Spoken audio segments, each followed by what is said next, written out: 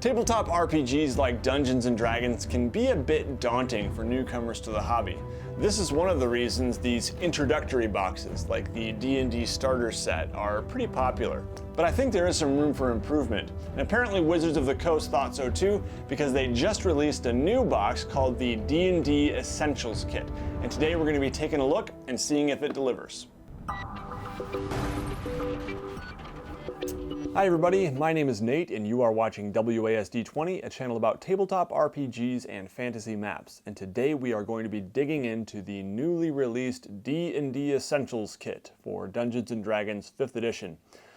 Throughout this review we are going to be kind of comparing and contrasting with the starter set that I mentioned in the introduction, because I think that's the big question a lot of people have is, what is this offering in comparison to that?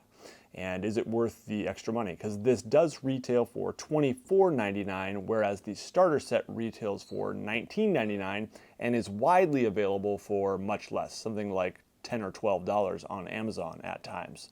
So first off, let's just take a look at the box briefly here. You got some really nice box art. The box is quite glossy and a little more durable in its feel than the original starter set, and it is noticeably heavier, so it's a good thing it's a little more sturdy feeling than that. So we open it up here, take a look. Got a set of polyhedral dice. This one is kind of red translucent, and they do have two D20s for rolling with advantage. But they are the same color, so it's not going to be good for something like, two-hand fighting where you've got your regular weapon and your offhand or something like that. But it'll be just fine for rolling with advantage and disadvantage. So that's a nice feature that they include two D20s. They also do have four D6s, which is nice for many things, including rolling up your character. And speaking of that, rolling up a character is something that's actually included in this box that is not included in the original starter set pictured here. I am on vacation right now. I picked this thing up. I do not actually have my starter set with me, but I'm very familiar with the product. In fact, I own like 5 of them because I actually use them in the RPG class I've taught. So you've got this kind of one-page welcome adventure thing that goes through some of the basics, learn to play, develop your story, and then expanding on that. On the back here, you do get some coupon codes if you want to go ahead and put these in. First come, first serve on these. I don't need them. Now I've opened this and looked at the product in pretty good detail, so these aren't all in the same order as they came in, but they're in the order I want to talk about them anyway. You've got the Essentials Kit rulebook here. So this is pretty much just the basic rules printed out. The only difference between this and the one that came with the starter set is that it does have rules for character creation, and I can't remember if the starter set actually had Bard. I think it just had Cleric, Fighter, Rogue, Wizard, and maybe it didn't have Entertainer. So it does have a little extras. There are still just 4 races in here. You've got Dwarf, Elf, Halfling, and Human. Probably the same number of spells, I'm assuming, but feel free to correct me if I'm wrong on that, guys. So that's the rule book. In addition, it does come with some blank character sheets. There are 6 of these, and there are no pre-generated characters, so that is something to note here. That was something that was a nice inclusion, but I think it was kind of a bummer that it did not include rules for creating your own character. All right, now we get to the adventure here, the Dragon of Ice Spire Peak. Ice Spire Peak. I struggle to say that. So this is an adventure that will take players level 1 through 6 is kind of the idea. There's some big differences between this and the Lost Mine of Phandelver adventure that came with the original starter set. So we'll talk about that a little bit more detail in a moment, but let's finish going through what's in the box here. You actually get a DM screen with this one. This is definitely something that was not included with the starter set, and it has been included with other D&D box sets over the years from what I remember. So you get the basic kind of reference that you would probably want on a DM screen, and you get some nice art here, and I do like the art on the DM screen. I think it's really nice.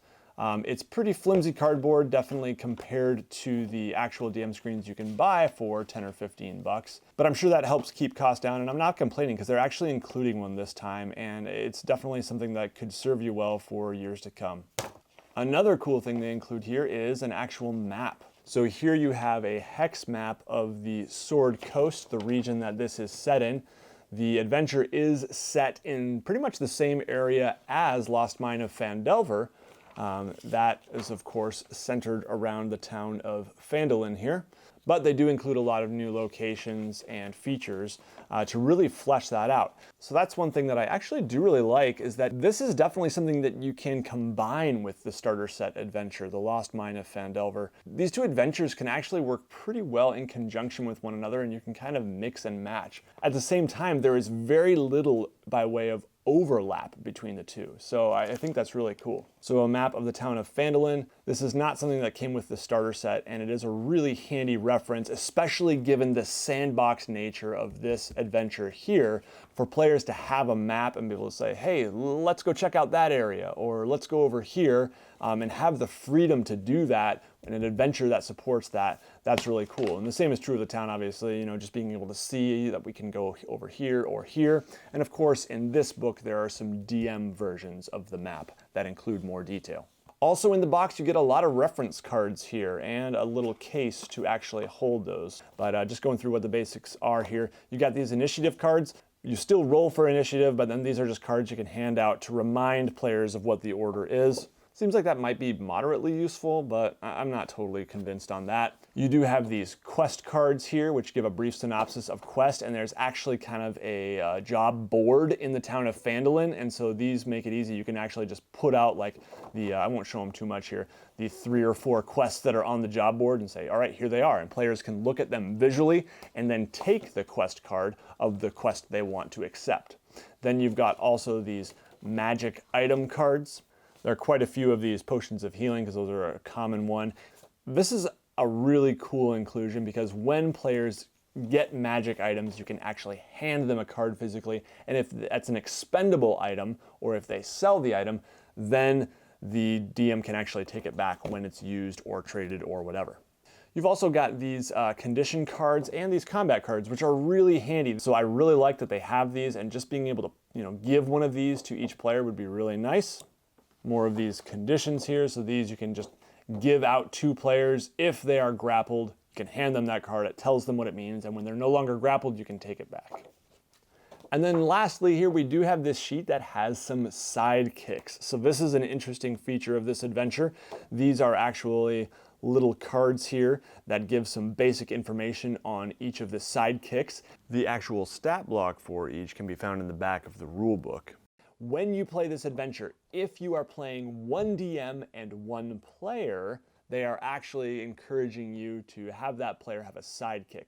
That can be either controlled by the DM or by the player, and it just makes the game much more playable when you're doing a one-on-one session. And that's one of the things I absolutely love about this box set here, is that it really is designed for 2 to 6 players. So yes, you can play this with one DM and one player. That's something that can be a little bit challenging when you're used to playing with bigger groups, but what that does is it makes it so much easier to jump into a game of D&D. I can absolutely see lots of parents just running an adventure for their kid to try to learn the game and introduce it to their child. I can absolutely see this working with spouses. You want to get into the hobby, you don't have to get a big group of 4 or 5 people together, which can be really challenging given adult life and schedules. You can actually just jump into playing right away with just a DM and a player. I think looking back years from now, there will be so many people who got into the hobby with this Essentials kit because it was so easy to get into because of the low player requirement. Getting back to the actual cards, it took about 5 or 10 minutes to break them apart and put them in this handy little box. Now for the rest of the review here, let's just jump into some of the basics of Dragon of Icespire Peak. Now one thing of note is that when you open the box, it's not really super clear to a total newcomer like what these different books are. I have found that a lot of box sets actually have some kind of sheet like this that says like, hey, here's a brief description of what each of these products in this box is and who should look at what. You can obviously open that up, and this does say that this book is written for the Dungeon Master and things like that. But sometimes it's handy to have just a sheet reference that kind of talks about the different parts of the box. I also noticed that some boxes, I think my Star Wars adventures, for example, say, read this book first, read this book second, this book is for the Dungeon Master only, and things like that. So that's something that would have been handy, but I think for most people it will be pretty clear what is for what. So the intro to this adventure, you do have an overview, some information about the role of the Dungeon Master. This is pretty much the same as the one in the starter set, although there are some minor differences in the wording of some things. I think that these DM tips are really great, especially things like when in doubt, make it up. Modify the adventure to suit your tastes. These things are just really helpful pieces of advice that this game is meant to be made your own and played a little bit loosely. It's not a matter of knowing the rules perfectly. In here you do get some description of the various parts of the box, so that is nice. And then you get an intro to the Forgotten Realms, some information about the map and the different locations in the Sword Coast. The way that this box is designed, the first session is actually supposed to be character creation. And because there are no pre-generated characters, that really is kind of a necessity here. So it says, plan to just create characters the first session and maybe you'll get a little bit of gameplay. It's worth noting that you can absolutely go download pre-generated characters for free on their website and many other websites, so if that's something you want to do, that's fine. So there's this note here on running for one player. Now the way that that works in terms of different parties of different numbers is that often in different locations they will say there will be, in this area, one orc per player character or something like that. Or for parties of 2 or more players, there will be 2 of these creatures. For parties of 1 or less, or 1 and a sidekick, there will only be 1, or something like that. So the big thing about this adventure is that it's meant to be kind of a sandbox. You just kind of jump right in. They assume that your party will have some connections. They give some suggestions for how the party might know each other. There's some information about Phandalin here, and here's the job board, and this kind of provides the basic structure for the adventure. In your first session, the players might be exploring Phandalin a little bit, and then hopefully checking the job board and getting to one of these first 3 quests. Page 22, page 26, or page 43. You can absolutely explore some of these follow-up quests as well. They give recommended levels for each.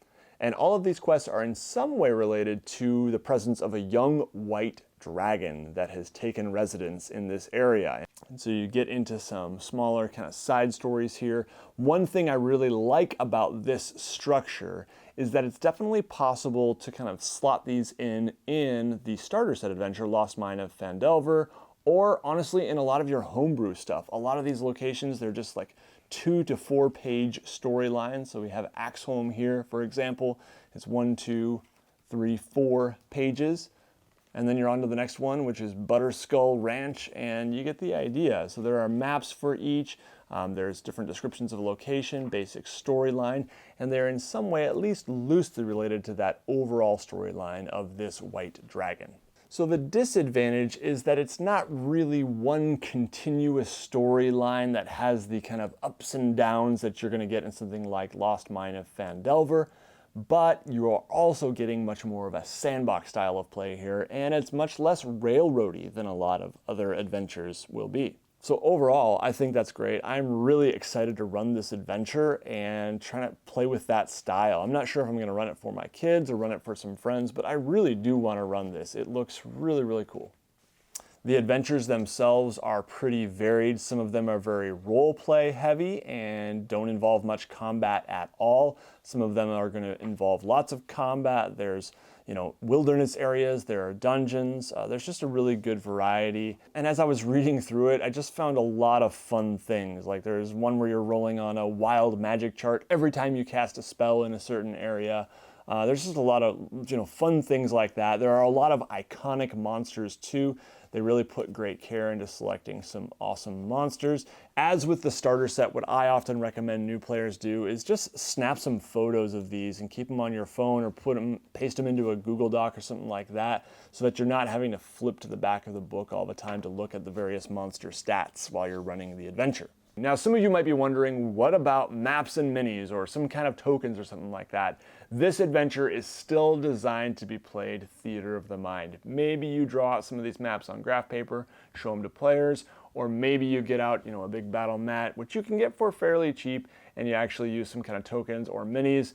But this is designed to be played still theater of the mind. You do not need maps and minis to play this game. I think that's a misconception a lot of newcomers do have, is they're thinking, wait, it doesn't come with maps and minis, so I'm gonna have to buy those things. No, you absolutely do not have to have a great time with this adventure. That is one way of playing, but it is absolutely optional. I'll put a link up top to an older video where I talk a little bit more about the place of maps and minis in these games. All right, now to provide a summary and my closing thoughts on the product, I do think that the layout could be a bit better for new players. I think that D&D 5th edition has a really nice looking, clean, kind of classic format, but I think it could be more appealing. How about some, for example, rules reminders peppered throughout the actual adventure book? This is something that I've seen in some of the Star Wars beginner boxes that I have really appreciated. In the Pathfinder beginner box, I just found that the visual appeal and the way it's laid out is just super newcomer friendly. There's just lots of little reminders and aids, and the way things are organized is really helpful. In addition, I do think that pre-gens would have been nice. I think that that will be a barrier for some people because character creation can be daunting and difficult. I personally think it's worth trying. I think it's a lot of fun and it's an important part of the game, but I think that could be a barrier for some people who just get kind of stuck and never end up actually playing the game because of that. Yes, there are pre-gens available for free in many places online. They're very easy to find, but some people will not even think to look. Lastly, I do think that some might actually prefer a more on-the-rails adventure like The Lost Mine of Phandelver. So we'll talk more about that in a moment. Now on the more positive side, and I do think there's a lot of positive here for sure. I think this is an excellent product and I definitely recommend it. Character creation. So yes, you don't get the pre-gens, but you do get rules for character creation in here. And if I had to choose one, I would want the rules for character creation. I don't see why they couldn't include both without really adding anything to the cost. It's just 4 or 5 sheets of paper. But having a way to create characters and kind of encouraging a session 0 in which you do actually sit down and do that together is great. Secondly, the adventure is an awesome sandbox. It's a toolkit, it's a fantasy RPG playground, and I think it's great. I'm really excited to run it myself. It may not be a huge sandbox, but I just love the idea that I can run this once for one group and they can approach it one way and then I can run it again. Some groups might choose to skip certain quests, and really the overall narrative is going to be much more in the hands of the players in this adventure, which I think is a great way to introduce them to this hobby and kind of the wide open options that it provides. Now, getting back to why some might actually prefer a more on-the-rails adventure like Lost Mine of Phandelver, I do think that Lost Mine of Phandelver provides a really deep through narrative with ups and downs, and that's absolutely something that you could get in the Dragon of Icespire Peak, but I do think Lost Mine of Phandelver is really good, and I wouldn't be surprised if there might be some people out there who prefer it. Another really positive thing about this product is all the goodies, the extras, the map, the DM screen, the cards. There are just so many aids that make it more fun and make it a smoother experience at the table and a little more beginner friendly. Also, these goodies are not things that expire once you go through the Dragon of Icespire Peak. Rather, they actually are useful for years to come afterwards, and I'm probably going to use a lot of these little cards in my homebrew stuff. So overall, to summarize, I do think this product is a big improvement over the original starter set. And you would hope so. It's been 4 or 5 years and they've had a lot of time to think about it and reflect and put out something that addresses some of people's criticism. So is the starter set still a valid product? Is it ever worth buying the starter set now that the Essentials Kit is out? Well, first off, it's really only available at Target stores in the US at this time, so that's kind of a bummer. But once it becomes more widely available, I'll be interested in seeing how much cheaper it gets. Either way, I think that whether it's $5 or $10 more than the starter set, I think what you get here makes it worth it. There might be some people who want to get the starter set because they really like the pre-gens and want to get right into actually playing the game, and there might be some people who prefer Lost Mine of Phandelver over the Dragon of Icespire Peak, but I do think the Essentials Kit is going to be a better option for most people, and I highly recommend it. All right, that's going to do it for this one, everybody. I want to thank you so much for joining me. I would love to hear from you down in the comments below. Let me know what you think of the D&D Essentials Kit and whether or not you think it delivers what 5th edition needed. As always, I want to give a huge thank you to the WASD 20 patrons. Patrons are people who support this channel on a monthly basis, and they keep this content coming. I couldn't do it without them, so I want to thank them so much for their support. And if you want to join with them in support of my work, just a couple bucks a month can get you some pretty great rewards. So go check it out at patreon.com/WASD20. All right, thanks again, everybody. Take care. You'll see me again very soon.